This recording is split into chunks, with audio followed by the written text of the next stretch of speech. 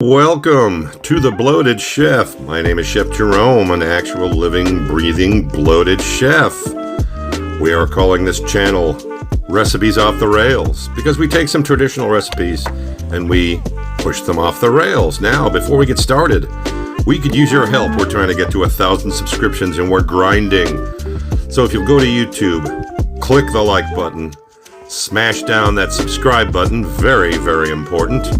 Leave a comment, leave a hashtag. By all means, we thank you.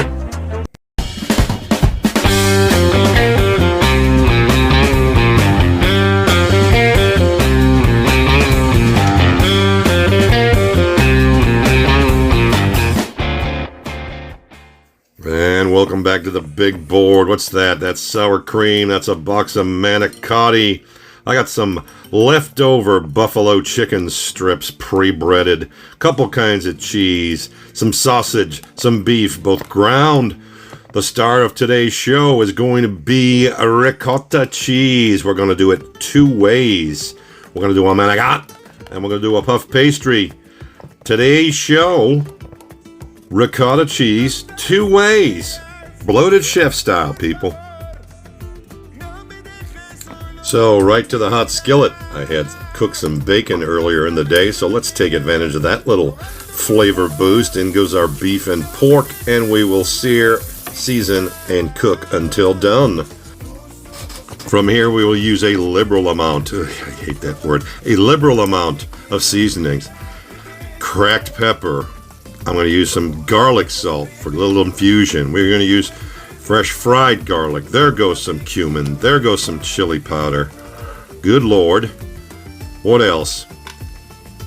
Here goes our Texas Pete's Prairie Dust. Yeah, it's kind of like a cayenne pepper powder. We want this to really have some good, bold Southwest flavors. You dig?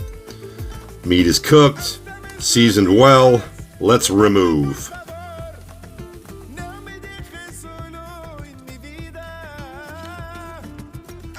Alright, we will remove that and chill that mixture. Next up is our refried beans. We're going to add that together with our beef, another level. Yeah, there you go. Turn it over, dumbass. Maybe you might be able to actually get the can open. Alright, open up this can. I don't know how long it's been sitting on my shelf, but the expiration date is like 2034. So we're good. Into a hot pan with some oil and butter. Out of the can like Spam and smash it down and let's get a nice sear going here. What do you say?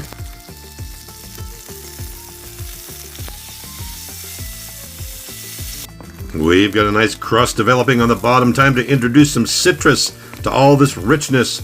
There goes an entire lime, zested and squeezed into the refried beans. Look at that coloration. Looks yummy, doesn't it?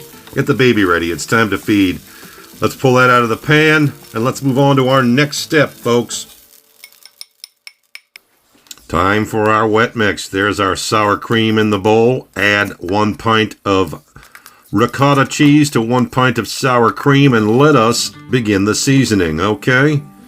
Oh, wait, there's a little bit of leftover strange addition. That's right, a little horseradish aioli. That's going in. That's going to help the flavoring process. There we go. A little bit of garlic salt. Come up with some fresh cracked pepper. Are you with me? Super secret probation grinder. It's beautiful. It's about 4 different peppercorns in there, so this is really going to pop with a little bit of pepper. Doing a dance, rolling from the back to the front on your palate. That's right. The next kids in the pool are finely minced onions and finely minced finger peppers. You can use jalapenos, depending on how hot you want it. Thai finger peppers are a medium on the Scoville scale. Mix it all up. Let's get our egg in there and let's make sure this gets our binder going. Our mix is going to be nice. It's creamy. It's flavorful. But we're not done just yet, folks. Got to add one more level of flavor, if you know what I mean. And by that I mean fresh dried garlic. That's right. And some fresh cilantro. Mix it all up in the kitchen sink. Right here we'll add the last component. That's some shredded mozzarella cheese and some jalapeno jack cheese. And at this point, we will now divide our ricotta mix because they're both going to be stuffed differently. One's going to have beef and pork, and one's going to have buffalo chicken. So on we go. Now then, into one bowl, we've added our refried beans, and now we're going to add our beef and pork mixture. Yummy, yummy, yummy. Looks good. Everything's chilled. Everything looks good, but as we're adding beef and all that stuff, chicken and all that stuff to these mixtures, we've got to make sure that they stay cold before we start our next steps in this procedure. So, into the fridge, the refrigerator, the cooler they go. Meanwhile, back at the Hall of Justice, we'll go ahead and heavily salt our pasta water, and then we'll drop our Mexi-Cotti shells in there. There goes 2 trays, about 24 of them. Drop the lid on, shut the heat off. Give it a stir once or twice. Check it about 8 to 10 minutes later. Should be perfect al dente, if not just a tad bit on the chewy side. That's what we want. Now then, down onto our rolled out puff pastry. Here we go. There's our buffalo chicken mixture, properly chilled. We're going to roll once, crimp the edges, seal it off. Keep tucking your fingers underneath to make sure it's a nice tight roll. Roll. Crimp, roll, pinch, pinch, fingernails, nice and tight, roll until you have it rolled and the seal is on the bottom.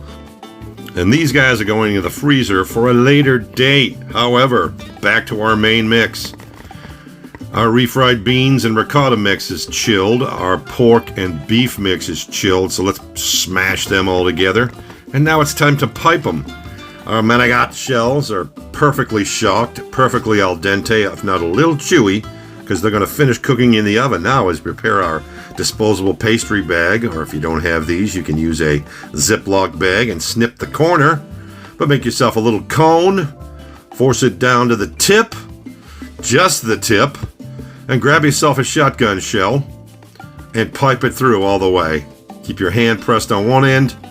Use a spoon to smooth off the other end. If you don't have enough in there, you just pipe a little bit more. And if you got a fully loaded shotgun shell, aka a Mexi-Cotti,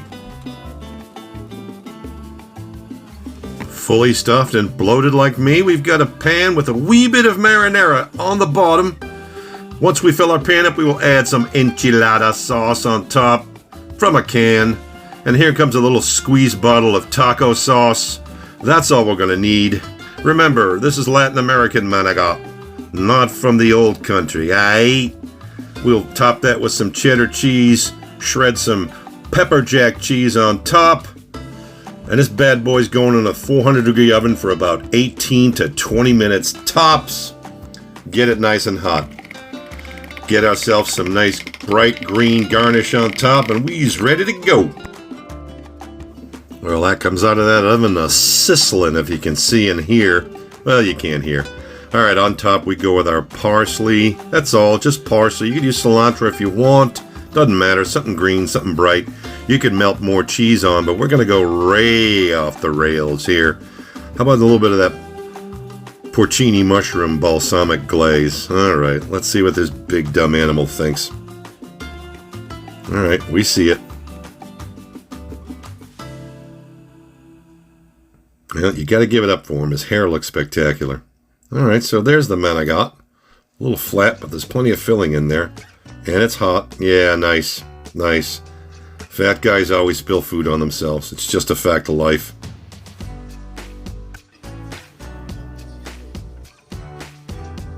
Pasta al dente.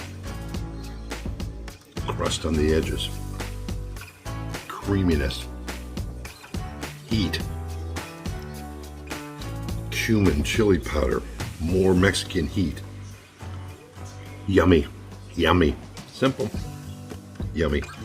We'll do the other half next.